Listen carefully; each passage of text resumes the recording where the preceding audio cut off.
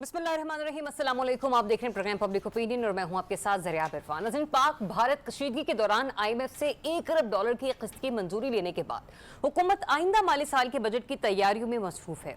नए बजट की तैयारी के लिए वॉशिंगटन टीम और IMF के दरमियान मुज़ाकरात का भी आगाज हो चुका है और इस बात का कभी इम्कान है कि आइंदा बजट में आवाम पर महंगाई का बड़ा बम गिराया जाएगा, क्योंकि हुकूमत और IMF के दरमियान होने वाले मुज़ाकरात की जो इनसाइट्स सामने आ रही हैं उसके मुताबिक हुकूमत ने IMF को बिजली, गैस और पेट्रोल महंगा करने की यकीन दहानी करवा दी है।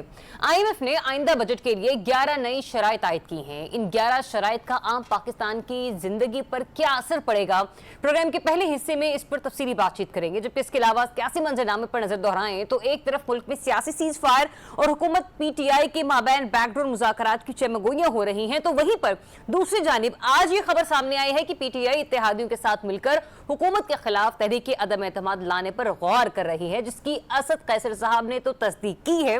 ताहम जो पार्टी के चेयरमैन हैं बैरिस्टर गौहर साहब, उन्होंने इसकी तरदीद कर दी है। PTI इस बात पर भी कंफ्यूज है कि क्या हुकूमत के साथ सीज फायर करना है या फिर हुकूमत मुखालिफ तहरीक चलानी है, क्योंकि पार्टी के चेयरमैन सीज फायर का मुतालबा कर रहे हैं, तो वहीं पर PTI के दीगर रहनुमा बशूर अलीमा खान साहिबा हुकूमत मुखालिफ तहरीक चलाने का इंदिया दे रही हैं। मुज़ाहमत करनी है या फिर मुफाहमत? PTI फिलहाल तजब्जुब का शिकार क्यों है और क्या PTI इस पोजीशन में है कि हुकूमत के खिलाफ अदम एतमाद की तहरीक पास करवा सके?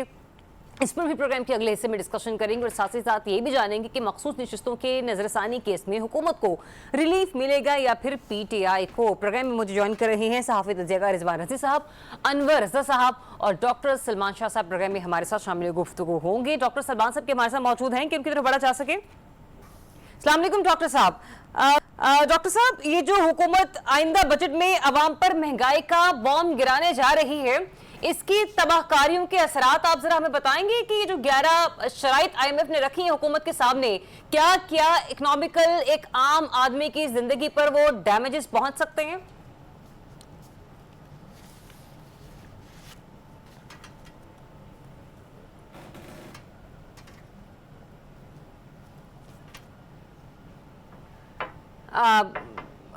डॉक्टर सलमान साहब, आपका माइक म्यूट है, काइंडली अगर आप इसे अनम्यूट कर लें।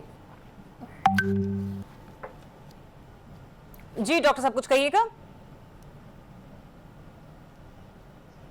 नहीं, डॉक्टर साहब की मैं गुफ्तगू सुनने से कासिर हूँ। और रिजवान रज़ा साहब, ये जो 11 नई शराइत IMF ने हुकूमत के सामने रख दी हैं, जिनमें से पेट्रोल, बिजली, गैस पर तो हुकूमत ने उनको यकीन दहानी भी करवा दी है, इसके जो डैमेजेस हैं वो किस कदर एक आम आदमी की जिंदगी पर पहुंचेंगे? देखिए, पेट्रोल की कीमत में तो इजाफा नहीं होगा, ये मैं आपको एडवांस में बता सकता हूँ, क्योंकि जो कमी होनी थी या होनी चाहिए थी वो हुकूमत ने नहीं की और उसकी बजाय उन्होंने पेट्रोलियम डीलर एसोसिएशन को खिलाया वो वाला हिस्सा जो कि अवाम को बेसिकली मिलना चाहिए था, 4 रुपए पर लीटर तक, वो खिला दिया उनको पेट्रोलियम डीलर्स को। सॉरी टू इंटरप्ट साहब, ये आपका तज्जिया है या आपकी खबर है कि वाकई इसमें इजाफा नहीं होगा? क्योंकि जो दादोशुमार आ रहे हैं वो यही कह रहे हैं कि 194 अरब रुपए के इजाफे पेट्रोलियम लेवी का बोझ डाले जाने का इम्कान है। मैं वही अर्ज कर रहा हूँ ना कि ये लेवीज मिलनी चाहिए थी, जो मैं जिसकी बात कर रहा हूँ ना, लेवीज अलग मिलनी चाहिए थी। और सेकंड टाइम जब पेट्रोल कम की प्राइसेस कम करने का वक्त आया तो वो रिफाइनरी को और जो जितने भी उसके सप्लाई चेन के स्टेक होल्डर हैं उनको वो चीज दे दी गई, वो कंज्यूमर तक ट्रांसफर नहीं हुई। तो इसलिए मेरा ख्याल ये है कि जब कीमत बढ़ाने की बारी होगी, यही वाला जो इजाफी उनको ज़ाहिर सदा के लिए तो नहीं दिया गया ना, 15 दिन के लिए या महीने के लिए दिया गया होगा या 2 महीने के लिए, ताकि वो भी अपनी दुनिया और आखिरत संवार सके। तो उनसे लेके तो वो IMF वाली कंडीशनैलिटी पूरी कर दी जाएगी। हाँ, गैस के प्राइसेस बढ़ना है, नहीं तो बात तो वहीं पर आ गई ना रज़ी साहब, कान चाहे आप यहाँ से पकड़े या वहां से पकड़े, बात तो आपने 3 चीजों की बात की ना, बिजली, गैस और पेट्रोल। तो मैंने कहा सिर्फ पेट्रोल की प्राइसेस जो हैं, जो उन्होंने पहले कम नहीं की, तो इसलिए शायद अब बढ़ाने की जरूरत पेश ना आए, क्योंकि पेट्रोलियम की कीमतों के अंदर कम से कम 10 से 12 रुपए का मजीद फर्क पड़ना चाहिए था, जिस तरह की इंटरनेशनल प्राइसेस की मूवमेंट हुई है। ठीक है, अब डॉक्टर साहब का अगर ऑडियो बहाल हो गया तो उनसे सुन लेते हैं। मैं बिल्कुल। डॉक्टर सलमान शाह साहब साबिक वज़ीर ख़ज़ाना हमारे साथ मौजूद हैं। डॉक्टर साहब, रिजवान रज़ी साहब जो कह रहे हैं, क्योंकि आप तो हुकूमत में सर्व कर चुके हैं, मैं चाहूंगी कि ये अगर तो उनकी खबर भी है, अव्वल तो दुआ है कि दुरुस्त साबित हो, लेकिन क्या आपको भी ऐसा लगता है कि सिर्फ पेट्रोल की प्राइस नहीं बढ़ेगी लेकिन बाकी बिजली और गैस की कीमतें जो हैं उनमें इजाफा जरूर करेगी गवर्नमेंट आने वाले बजट में? देखिए, पहले हमें ये सेटल कर लेना चाहिए कि ये बजट जो है ये किस प्रिंसिपल के तहत बन रहे हैं, और इस साल का भी बजट जो है वो IMF के जो प्रोग्राम है उसका एक हिस्सा है। और IMF के प्रोग्राम में जो सबसे बड़ी शर्त है वो ये है कि आपका एक सरप्लस होगा जो कि इतना होना चाहिए टैक्स, जो आपके अखराजात से आपके टैक्स रेवेन्यूज जो है वो ज़्यादा होने चाहिए, और उसको आप प्राइमरी सरप्लस कहते हैं। सो अब डिपेंड करेगा कि पाकिस्तान में जो हुकूमती अखराजात हैं वो हर साल की तरह इस साल कितने बढ़ेंगे। जी जी जी। अब पिछले साल का जो बजट है मेरे ख्याल में क्योंकि हुकूमत ने कोई और इंडिकेशन तो नहीं दी और उसने अपने अखराजात कम करने की कोई स्ट्रेटजी भी नहीं बताई, और ना उसने कोई अनाउंसमेंट की है कि वो अखराजात कम करेंगे। तो मोस्ट लाइकली जो है अखराजात जो हैं वो पिछले साल के अखराजात से कोई 25-30% ज़्यादा होंगे, और उसकी वजह ये है कि पिछले एक साल से अगर आप ओवरऑल महंगाई देखें तो पिछले साल के हिसाब से कम से कम 15-20% तो महंगाई हो चुकी है, यानी कि रुपये की कीमत कम हो चुकी है। तो उसको पूरा करने की ज़रूरत होगी। अगर तो वो इसी तरह से चले तो इसका मतलब ये होगा कि उनको अपने अखराजात पूरे करने के लिए बेशुमार टैक्सेस लगाने पड़ेंगे।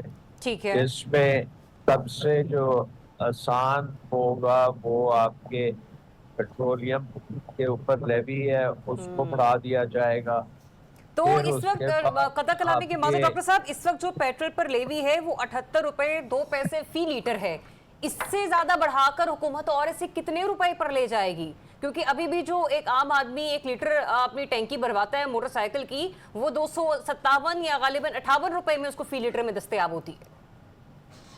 जी, उसका डिपेंड करेगा कि अब अखराजात आप कितने पेश करते हैं, क्योंकि ये एक किस्म का साल है जिसमें हुकूमत ये कहने की कोशिश कर रही है कि इकॉनमी सारी उसने ठीक कर ली है। हाँ। और इसलिए वो अब अपने अखराजात जो हैं वो और बड़े करेगा, और जब वो अखराजात बढ़ाए जाएंगे तो फिर ये जो लेवी है इसको तो बढ़ाना पड़ेगा। ये ऑलरेडी जिस जगह पे पहुंची हुई है, जैसे आप कह रहे हैं कि 78 रुपए, हाँ जी, लेवी है, तो ये 100 रुपए से भी ऊपर जा सकती है। अच्छा। इसके अलावा आपके ऊपर जो टैक्सेस का बोझ है पेट्रोलियम के अलावा, अच्छा, इसी से रिलेटेबल मेरे एक सवाल भी ले लीजिए, फिर कुछ रशीद साहब भी आपसे जानना चाह रहे हैं सप्लीमेंट्री क्वेश्चन, उनसे भी ले लीजिएगा। आपने कहा ना कि पेट्रोल जाहिर सी बात है 78 रुपए 2 पैसे फी लीटर अभी लेवी है। सर आपने कहा कि 100 से भी आगे बढ़ सकती है। हमने अपना जो एक अमूमी होता है ना कि मौशरती रवैया मौशियात के हवाले से जो देखा है, जब जब पेट्रोल की कीमतों में इजाफा होता है, हमारे यहाँ जो दीगर अशाया खुर्नोश की कीमतें हैं उनमें भी तवातुर के साथ इजाफा देखने को मिलता है। तो ये तो कहा जा सकता है बआसानी कि एक महंगाई का तूफान आने वाला है, लेकिन सर वो महंगाई का तूफान एक आम आदमी की जिंदगी को किस हद तक मलिया मेट कर देगा, इसका तखमीना ये गवर्नमेंट ना हमें बता रही है, ना ही हमें IMF वाले बता रहे हैं। और इस सवाल एक रज़ी साहब आपसे कुछ करना चाह रहे हैं। जी बहुत शुक्रिया। डॉक्टर साहब से खाकसार की पुरानी न्याजमंदी है, तो इसलिए मैं उसका फ़ायदा उठा के, तो डॉक्टर साहब इस वक्त आप चूँकि किसी न किसी हवाले से उधर से मुंसलिक रहे हैं, इस वक्त पाकिस्तान की जो अशराफिया है वो क्रिप्टो करेंसी और ब्लॉक चेन का बहुत ज़्यादा तराना गा रही है। सर ये हमारी रहनुमाई फरमाइएगा, क्या इसमें कोई बैलेंस ऑफ पेमेंट में भी हमें कोई रिलीफ मिल पाएगा या करंट अकाउंट खसारे में भी कोई रिलीफ मिल पाएगा? और दूसरी बात है सर, हम एक जंग जीते हैं अभी, इस जंग का खर्चा भी तो कौम की जेब से निकलवाना है, तो कितना का खर्चा हो और अदा करना पड़ेगा हमें?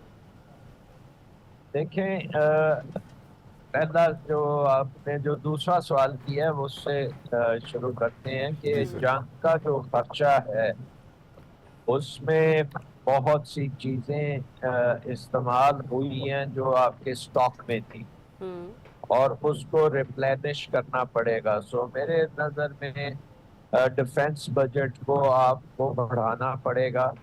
पर्टिकुलरली आपने बहुत सी चीज़ों जो है असला जो इस्तेमाल हो चुका है उसको भी रिप्लेस करना है। फिर आपके जो कोई कमज़ोरियां नज़र आई होंगी इस जंग में, आपके मिसाइल डिफेंस सिस्टम आपने देने होंगे। हो सकता है कि आपको नई जो टेक्नोलॉजी की जंग है इसको और कीमत करने की ज़रूरत हो। जो काम एयरफोर्स ने किया है उसके साथ साथ फिर हमारी आर्टिलरी और हमारे टैंक और ये सारी चीज़ें, ये भी एक नए जदीद किस्म के इक्विपमेंट की ज़रूरत होगी। तो आई थिंक कि ओवरऑल तो ये डिफेंस बजट डेफिनेटली ऊपर जाएगा। ये I will be very surprised कि अगर इसको आपने पिछले साल की लेवल पे रखने में कामयाब हो सकते हैं। तो आई थिंक कि ये तो हमें डेफिनेटली सोचना पड़ेगा ठीक सर। कि बाकी हुकूमत के जो अखराजात हैं उनके बारे में हम क्या करें। और आपको पता है कि राइट साइजिंग कमेटी भी बनी थी और उसमें आपके फैसल वो बंगाली साहब भी थे, कैसर बंगाली साहब, जो चाहते थे कि टैक्स में जो है वो खासे हद तक कम कर दिए जाएं, तो लेकिन वो रिजाइन करके चले गए क्योंकि हुकूमत का कोई मूड नहीं है कि हुकूमत का फैलाव कम किया जाए। तो अगर आप फैलाव भी नहीं कम करेंगे, अखराजात बढ़ते ही बढ़ते हैं, तो फिर आप सर अगर मैंने यहाँ पे हुकूमत के अखराजात और होना शुरू कर दिए ना, तो शायद हमारे लिए अवाम के हवाले से गुफ्तगू करने के लिए कोई ही फोरम बाकी बच जाएगा। अनवर साहब, दो चीजें मैं आपके साथ डिस्कस करना चाह रही हूँ यहाँ पे, पब्लिक पल्स में लेना चाह रही हूँ यहाँ पर। ये जो शराइत दी गई है IMF की तरफ से हुकूमत को, सर इसमें तो एक तरफ तो सीधा सीधा ये कहा गया है कि एक कानून साजी की जाए कि जिसके तहत बिजली के बिलों में कर्ज अदायगी सरचार्ज पर ज्यादा से ज्यादा की हद को खत्म करने का कहा गया है। और दूसरा उन्होंने सीधा सीधा ये भी कह दिया कि गैस के निरखों की शशमाही बुनियाद पर एडजस्टमेंट का नोटिफिकेशन भी जारी किया जाए। मीनवाइल तीसरी शर्त यह है कि पार्लियामान को रवा माह के आखिर तक कैपिटल पावर लेवी ऑर्डिनेंस को मुस्तकिल कानून बनाने के लिए कानून साजी करना होगी। मतलब ये कि आपको असेंबली में कौन कौन से नए कानून इंट्रोड्यूस करवाने हैं, IMF तो सीधा सीधा ये भी आपको बता रहा है। आप बहुत शुक्रिया आपका। पहली बात तो ये है कि IMF के साए तले बनने वाला ये बजट जो है ये इसी तरह है कि हुकूमत एक हाथ देगी और दूसरे हाथ आपका सब कुछ लेगी। वो क्यों करके, ये ज़रा देखिएगा कि IMF ने आपका जो मजमूई आपकी आमदन है उसको बढ़ाने की बात की है। इस वक्त आपकी जो आमदन है वो 17.8 है, जिसको आपने 20 तक लेके जाना है। इसका मतलब है कि 2.2 ट्रिलियन जो है वो खसारा है जो आपने आमदन अपनी बढ़ानी है। उसमें आप 1000 अरब के जो है वो टैक्सेस लगाए जाएंगे। कैसे? उसमें से 600 अरब जो है वो आप पुराने टैक्सेस में एडजस्ट करेंगे, बिजली, गैस, पेट्रोलियम और इस तरह के जो टैक्सेस हैं, और 400 के अरब रुपए के जो आप नए टैक्सेस लगाएंगे, और जो 1000 अरब बाकी रह जाएगा वो भी आपने किसी ना किसी तरह से पूरा करना है। और इसका सारातर जो बोझ होगा वो आवाम पर होगा, क्योंकि आपने टैक्स टू GDP जो है वो 11% पर लेकर जाना है। दूसरी बात जरा देखिएगा कि आवाम की जो आपने बात की रिलीफ करने की, ये बात चल रही है IMF के साथ कि सरकारी मुलाजमीन को रिलीफ दिया जाए। देखिए, एक तरफ आप जितना रिलीफ देते हैं उससे 1000 गुना ज्यादा आप उन पर बोझ डाल देते हैं टैक्सेस अदा करने की सूरत में। डायरेक्ट इनडायरेक्ट टैक्सेस इतने हैं कि आप तसव्वुर भी नहीं कर सकते। नहीं तो अनवर रज़ा, ये जो आपने कहा ना कि सैलरी क्लास को रिलीफ, ये सिर्फ सरकारी मुलाजिमीन की हद तक ही, इसमें आप, मैं, रिजवान रज़ी, प्राइवेट मुलाजिमीन का कोई लेना देना नहीं है। तो टैक्स में नहीं है, बिल्कुल जरिए आप اس میں نہیں ٹیکس میں کمی دیکھیں 1 لاکھ روپے تک جس کی تنخواہ ہے اس پر ٹیکس نہیں لگے گا, اس سے اوپر جس کی تنخواہ ہے اس پر ٹیکس لگایا جائے گا. ضریاب آپ ذرا غور کیجیے نا کہ حکومتی اخراجات اپنی جگہ پر, یہ جو نئے ٹیکسز ہوں گے یہ کہاں سے دیے جائیں گے؟ آمدن آپ کی ویسے کم ہے, آپ نے اس کو 20% پر لے کے جانا ہے, 2.2 ٹریلین پورے کرنے ہیں, وہ 1000 ارب روپے اس طرح, اور باقی جو 1000 کا شارٹ فال ہوگا وہ کسی نہ کسی طریقے سے پورا کیا جائے گا نا, وہ آپ اور میری جیبوں سے نکالا جائے گا. سرکاری جو ملازمین ہے نا, دیکھیے وہ اونٹ میں زیرے کے مترادف ہوگا کہ آپ کو تھوڑا سا ریلیف دیا جائے گا اور اس سے زیادہ مہنگائی بڑھ جائے گی. جب مہنگائی بڑھے گی تو مجھے بتائیں کہ جو آپ نے سرکاری ملازمین کو ریلیف دیا ہوگا وہ تو نہ ہونے کے برابر ہوگا نا. پھر آپ دیکھیے بہت سارے ایسے, اب آپ نے ٹیکسز کو بڑھانا ہے, آپ نے نئے لوگوں کو ٹیکس نیٹ میں لانا ہے, آپ نان فائلر کو ختم کرنے کی بات کر رہے ہیں, اپنی پالیسیز کو سخت کر رہے ہیں, تو یہ سارا کچھ جب اکٹھا ہوگا تو میں نہیں سمجھتا کہ یہ حکومت کر پائے گی. دیکھیے ایک طرف تو ایک کمیٹی بنی تھی جس میں شہباز شریف صاحب نے کہا تھا کہ میں ان کی جو سفارشات پر ان پر عمل کروں گا. وہ کون سی کمیٹی تھی کہ حکومتی اخراجات کو کیسے کم کیا جائے. آج سال گزر گیا لیکن حکومتی اخراجات تو اپنی جگہ پر موجود ہیں, بلکہ یہ مزید بڑھیں گے آنے والے وقتوں میں, کیونکہ ہم نے جنگ جیتی ہے. اس کی خوشی میں حکومت کے جو حکمران ہیں ان کا بنتا ہے نا کہ وہ ذرا جشن منائیں اور اپنا اللہ تللے جو ہے ان کو پورا کریں. عوام کو تو جہنم میں ڈالیں نا, عوام کا تو کسی نے سوچنے نہیں ہے. ابھی بھی آپ دیکھیے کہ بجلی کے بلز جو ہیں اس پر کتنے ٹیکسز ہیں, گیس کے بل بڑھیں گے, آپ ذرا غور کیجیے. جو سمجھ ہی نہیں آتے ہیں. بالکل آپ درست کہہ رہی ہیں. آپ کو چیز ذرا مارکیٹ سے لینے چلے جائے گا, اس پہ جب آپ ٹیکس دیکھتی ہیں, آپ اس کی پرائس دیکھتی ہیں جو قیمت ہوتی ہے کسی چیز کی, اس کے بعد جو ٹیکس دیکھتی ہیں تو انسان حیران رہتا ہے کہ اس سے بہتر ہے کہ میں یہ چیز خریدوں ہی نہ, جتنا آپ اس پر ٹیکس دے رہی ہوتی ہیں. تو مجھے بتائیے اس طرح جب ہوگا تو عوام کو ریلیف کیسے ملے گا؟ یہ جو نیا آنے والا بجٹ ہے میں سمجھتا ہوں کہ اس کے بعد مہنگائی کا طوفان ہوگا, عوام کی چیخیں سنیں گی آپ, اور حکومت جو ہے وہ اسی طرح آسانی سے اپنا کام کرتی جائے گی. داد و شمار کا ہیر پھیر ہوگا, اس کے تحت انور رضا بڑی بدقسمتی کی بات ہے, چیخیں تو عوام ابھی بھی مار رہی ہے, لیکن مہنگائی اس حد تک بڑھ چکی ہے کہ حکومت کے خلاف جو عوام اکٹھی ہو کر احتجاج کیا کرتی تھی, اب وہ جو لوگ ہیں نا وہ 2 وقت کی روٹی پوری کرنے کے لیے, یا پھر یوں کہہ لیجیے کہ اپنی دیگر بنیادی ضروریات کو پورا کرنے کے لیے ان کے پاس یہ وقت ہی موجود نہیں ہے کہ وہ 4 بندے کھڑے ہو کر کسی چوک میں جا کر احتجاج بھی کر لیں. رضوان رضی صاحب مجھے یہ بتائیے گا کہ یہ جو ابھی انور صاحب بھی بات کر رہے تھے کہ حکومت کی IMF کو نان فائلرز کے گرد گھیرا تنگ کرنے کی جو یقین دہانی وہ بھی اس نے IMF کو کروا دی ہے, اتنا آسان ہوگا کہ سسٹم سے نان فائلرز کا جو آپ نے ایک خانہ ہے وہ سرے سے ہی ختم کر دیں؟ مطلب کیسے پاسبل کا ہوگا؟ دیکھیے نان فائلر کا مطلب ہے آپ کا ٹریڈر.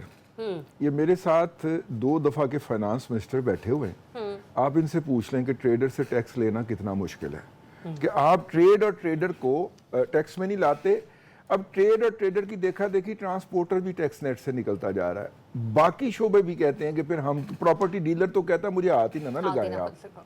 تو ایک تو یہ ہے, لیکن میں ڈاکٹر صاحب کی موجودگی کا فائدہ اٹھاتے ہوئے سوال انہی کی طرف پھینک رہا ہوں. ڈاکٹر صاحب یہ جنگ کا حوالہ دے کر ہم کوئی IMF کو بیوقوف بنا سکتے ہیں کہ دیکھیں جناب جنگ میں بڑے خرچے ہو گئے ہیں تو کوئی کنڈیشن کے اندر کوئی نرمی پیدا کریں, اللہ آپ کا بھلا کرے گا.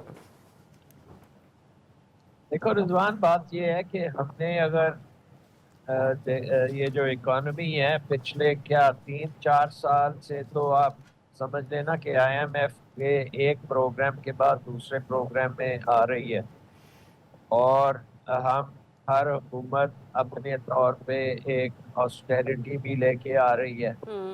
اور آسٹیرٹی کا مطلب یہ نہیں ہے کہ حکومت نے آسٹیرٹی کرنی ہے, وہ لوگوں کی ہو رہی ہے کہ ان کے جتنے بھی آمدن ہے اس سے زیادہ حکومت اپنا پیٹ پالنے کے لیے اپنے پاس اکٹھا کرے ہک اور بائی کروک کے ساتھ.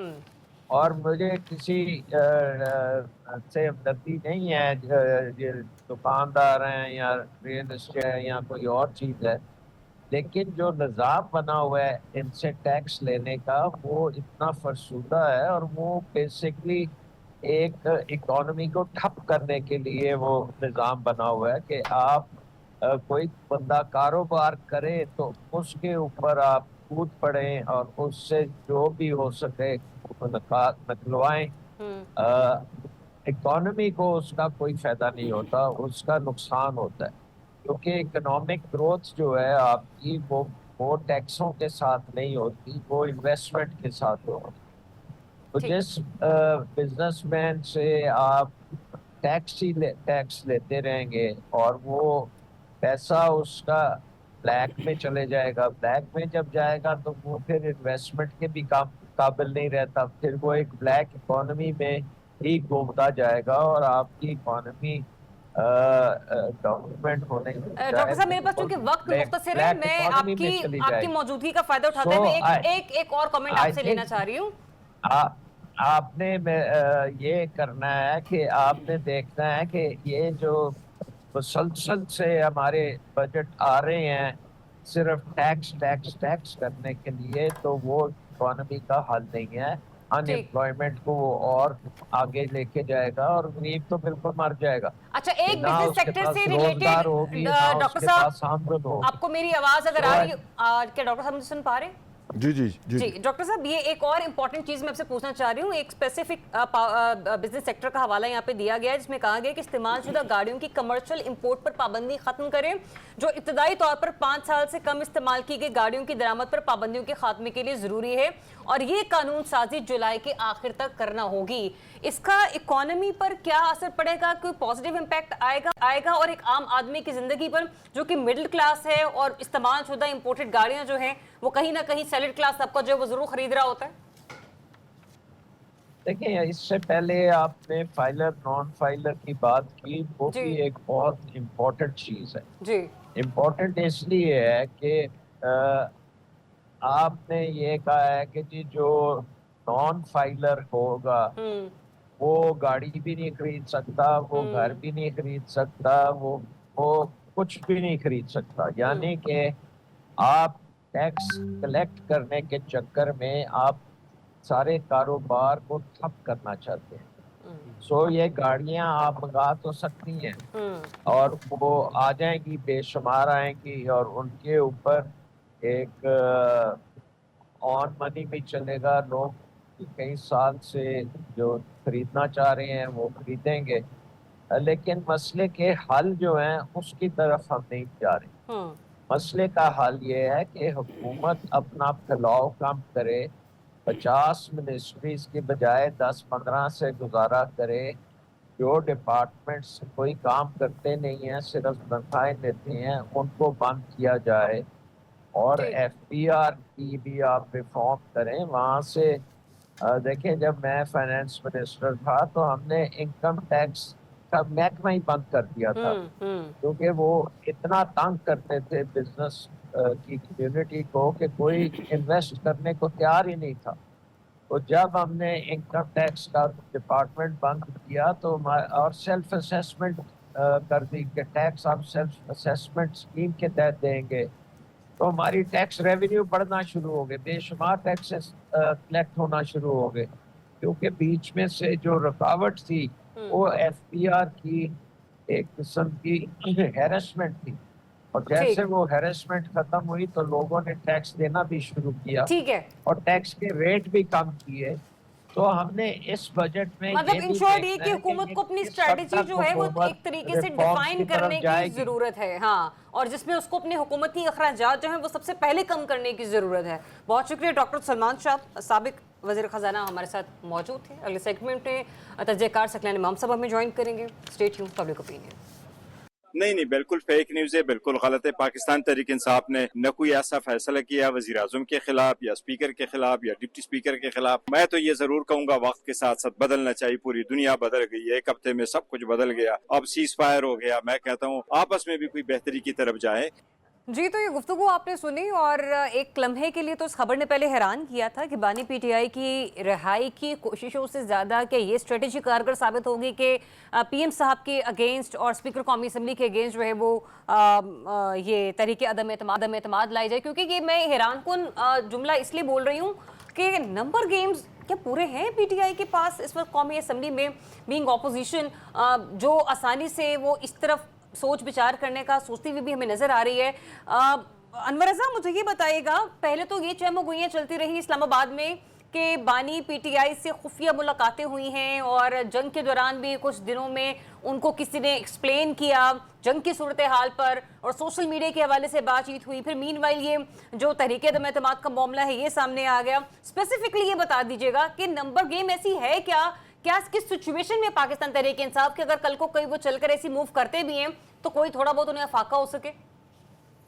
ज़रा आप देखिए कि तहरीक अदम एतमाद प्राइम मिनिस्टर या फिर स्पीकर के खिलाफ जब होती है तो फिर आपकी ताकतवर हलकों के साथ अंडरस्टैंडिंग होती है, जो कि पाकिस्तान तहरीक इंसाफ की नहीं है। ये तो एक रियलिटी है और हमने जमहूरियत में ऐसे ही देखा है। तो लिहाजा तरीके अदम एतमाद वाली बात तो बिल्कुल बेबुनियाद है और इसकी तो इस मौजूदा सूरत में सवाल ही नहीं पैदा होता, क्योंकि जंग जीतने के बाद जो गवर्नमेंट है उसका मोराल तो आसमानों को छू है और उनकी अंडरस्टैंडिंग भी आपने देखा है कैसी है। एक बात, दूसरी बात, ये बात भी गलत है कि पाकिस्तान तरीके इंसाफ के बानी के साथ मीटिंग हुई है, मुलाकात हुई है, उन्हें ब्रीफ किया गया, ऐसा भी कुछ भी नहीं है। तीसरी बात देखिए, आप जरा चेयरमैन पीटीआई की बात सुनिएगा, उन्होंने कहा कि हालात बदल रहे हैं, हमें भी सीज फायर करना चाहिए और आगे बढ़ना चाहिए। अब असद कैसर ने ये बात क्यों की, जरा ये इस पर जरा गौर कीजिए। असद कैसर ने इसलिए ये डिबेट शुरू की है, ये मीडिया के लिए डिबेट है कि वो मौलाना फजल रहमान साहब को खुश करना चाहते हैं, उनके साथ आगे बढ़ना चाहते हैं, क्योंकि पाकिस्तान तरीके इंसाफ में भी बहुत ज्यादा ग्रुपिंग है। एक ग्रुप चाहता है तहरीक चलाई जाए, एक ग्रुप चाहता है मुज़ाकरात किए जाए, एक ग्रुप चाहता है हमें कानूनी जंग जीतनी चाहिए, पार रहना चाहिए। जब मुख्तलिफ वॉइसेस होंगी तो मुझे बताइए फिर इस तरह अलीमा खान साहिबा कुछ कहती हैं। अच्छा, इसमें आसान और बेहतर रास्ता कौन सा हो सकता है पीटीआई के लिए? कानूनी जंग जीतने वाला, एहतजाज वाला, या फिर दूसरा ये मुज़ाकरात वाला? देखिए जरा आप, ना तो इनके पास इतनी ताकत है 26 नवंबर के वाक़े के बाद कि ये एहतजाज कर सके, और ना ही इनके कारकुनान इन पर अब रिलाय करते हैं। एक बात, क्योंकि जब क़यादत ही नहीं है तो मुझे बताइए आप किस तरह लोगों को बाहर निकालेंगे, किस तरह मुत्तहिद करेंगे। लिहाजा आप एहतजाज वाला ऑप्शन तो खत्म कर दीजिए। अब कानूनी जंग आप लड़ रहे हैं, आपको पता है हमारे यहाँ जब आप पर सख्तियाँ आती हैं, जो सिस्टम आपके साथ नहीं चल रहा होता या आप उसके साथ नहीं चल रहे होते, तो कानूनी जंग इसी तरह चलती रहती है, साल साल केसेस लगे रहते हैं, आपका टेन्योर मुकम्मल हो जाता है, उसके बाद फैसला आता है। इसको भी दूसरी तरफ रख लीजिए। अब पाकिस्तान तरीके इंसाफ के पास आसान और माकूल रास्ता क्या है कि उन्हें मुज़ाकरात की मेज पर आना चाहिए, उन्हें डिबेट करनी चाहिए, उन्हें प्राइम मिनिस्टर के साथ पार्लियामान के अंदर बैठना चाहिए, बात करनी चाहिए, एंगेज करना चाहिए। इस सूरत में तो फिर आप आगे बढ़ सकते हैं। अदरवाइज इसके अलावा आप समझे कि एहतजाज या कोई और रास्ता आप इख्तियार करें तो वो मुमकिन नहीं है। लिहाजा पाकिस्तान तरीके इंसाफ को खुद मुत्तहिद होकर मुज़ाकरात की तरफ बढ़ना चाहिए। सकलैन इमाम साहब, कि आपको लगता है कि इस वक्त पाकिस्तान में हालात ऐसे हैं कि मुज़ाकरात की तरफ अगर बढ़ा जाता है पाकिस्तान तहरीक इंसाफ की तरफ से, क्योंकि कुछ रोज़ पहले ऐसी खबरें आ भी रही थी, आज भी सीनियर सहाफ़ी अंसार अब्बासी साहब वो कुछ इसी हवाले से खबर दे रहे थे। फिर एक हमारे सीनियर सहाफ़ी नजम सेठी साहब, उन्होंने भी कुछ खबरें दी थी जिनकी तरदीद कर दी आके मुनीब हसन ने और हसन अयूब ने, और उन्होंने खुद भी कर दी। अच्छा उन्होंने खुद भी कर दी। तो सर, ऐसी सूरत हाल में आपको cease fire, political cease fire होता हुआ नजर आता है? खान साहब बाहर आपको आते हुए कोई दिखाई देते हैं अगले चंद महीनों में? देखिए, मैं पहले आपकी बात का जवाब देने से पहले दो बातें कर दूं। जी जी। एक, अगर नजम सेठी साहब ने एक बात कही है तो किसी दूसरे सहाफ़ी को उनकी तरदीद नहीं करनी चाहिए। जी बिल्कुल। ये कोई जर्नलिज्म की अखलाकियात नहीं है। अगर नजम सेठी ने एक बात कही है, जिसके बारे में कही है, वो तरदीद करता है तो करे। ये दरमियान में जो फुलझड़ियाँ निकलती हैं, ये गैर इखलाकी सहाफ़त है, एक चीज़। दूसरी कि ये जो लफ्ज़ इस्तेमाल हो रहा सीज़ फायर, मैं समझता हूँ कि ये मुनासिब लफ्ज़ नहीं है पाकिस्तानी सियासत के अंदर। ये सीज़ फायर आपके इंडिया से जंग के बाद शुरू हुआ है, और अगर आप इतने अहम अल्फाज को अपनी पैटी सियासत में इस्तेमाल करेंगे तो ये आप अपनी या तो सियासत को इंसल्ट कर रहे हैं या जंग बंदी की इंसल्ट कर रहे हैं। मैं ये समझता हूँ कि हमें अल्फाज के चुनाव में एहतियात करनी चाहिए। और दूसरी ये कि जहाँ तक पाकिस्तान में इन मुज़ाकरात होने चाहिए, मुज़ाकरात होने चाहिए, होते नज़र इसलिए नहीं, मुझे नहीं नज़र आ रहे हैं। कोई अंदर ही अंदर कोई गेम बन जाए तो बन जाए, लेकिन असल ताकत जो है यहाँ पे मुज़ाकरात करने या ना करने की, वो एस्टैब्लिशमेंट के पास है। अगर एस्टैब्लिशमेंट आज करना चाहे मुज़ाकरात और मुज़ाकरात को कामयाब करना चाहे तो कल सारे नताइज निकल आएंगे। और अगर एस्टैब्लिशमेंट नहीं चाहेगी कि एक फैसला हो या आगे बढ़ा जाए, तो आप जितनी मर्जी इधर की बातें उधर कर ले और उधर की बातें इधर कर लें, जितनी मर्जी पंजाबी में कहते हैं फप्पे कुटनियों वाली बातें कर लें, कोई फ़र्क नहीं पड़ेगा। तो हमें बुनियादी चीज़ें समझनी चाहिए कि जो इस वक्त ट्रम्प कार्ड है, जो पावर है, वो एस्टैब्लिशमेंट के पास है, वो किसी सियासतदान के पास नहीं है।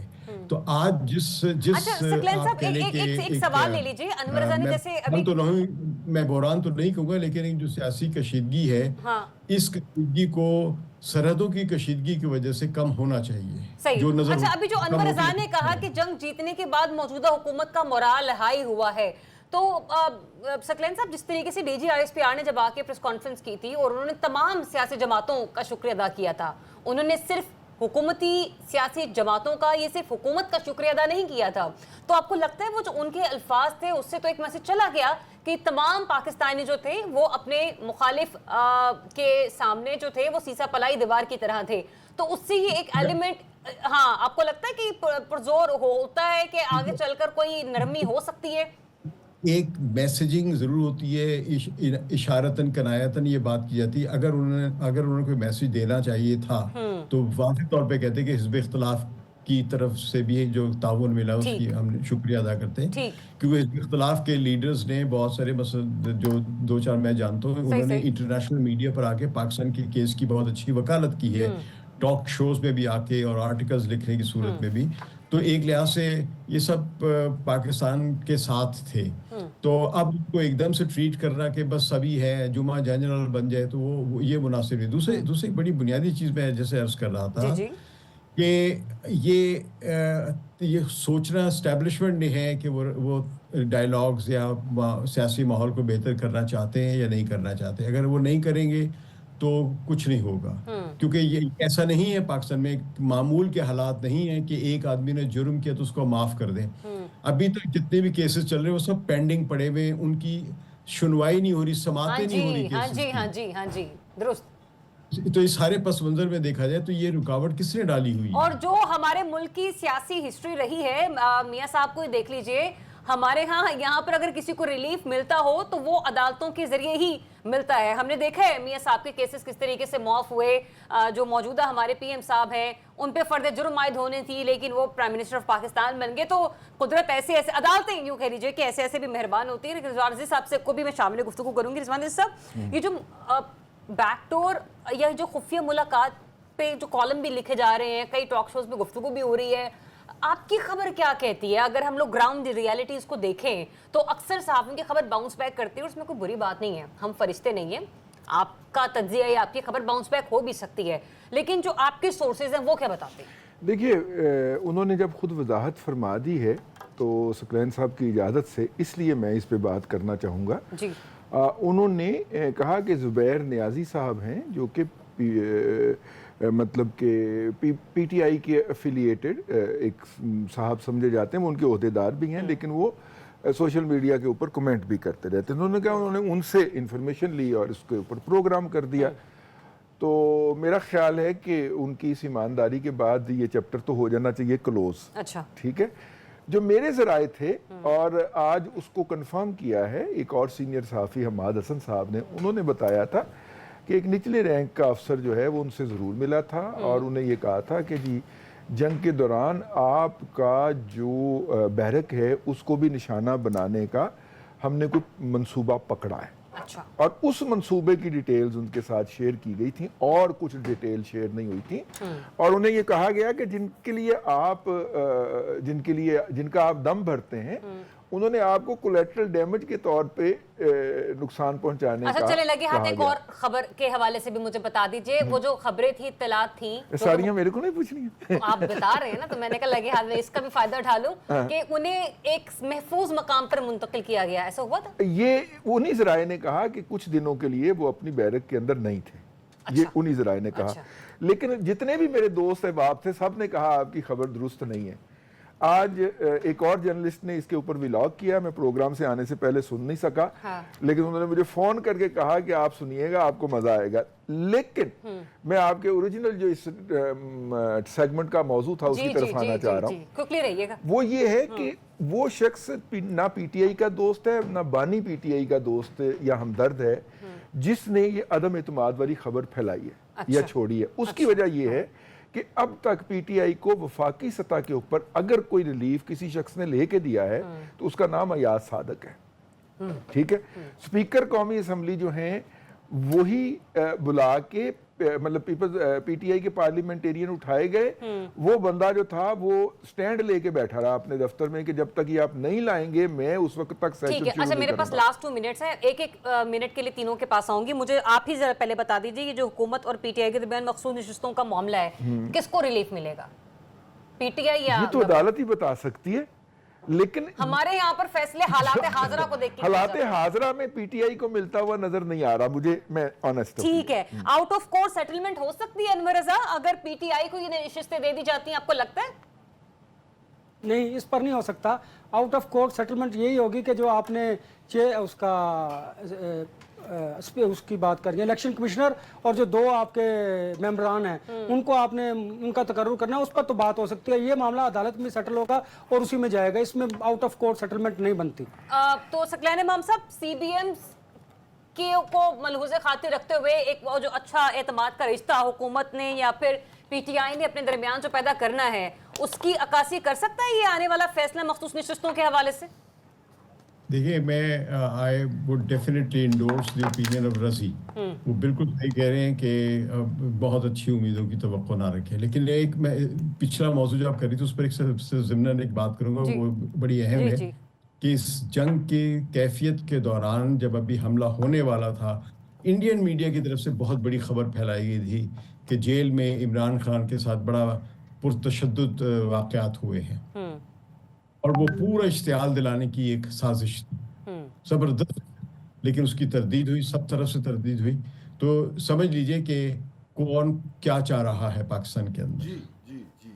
ٹھیک ہے, ایسے میں پاکستان کو بھی اور پاکستانی عوام کو بھی سب کو دشمن کے خلاف میں کہوں گی کہ مطلب ہر حد تک متحد رہنے کی کوشش ہے. وہ کہتے ہیں کہ آپ نے افواہوں پر کان نہیں دھرنے, ادارے ہمارے ہیں اور ہمیں ان پہ یقین رکھنا ہوگا. اجازت دیجیے, اپنا بہت سا خیال رکھیے, اللہ حافظ.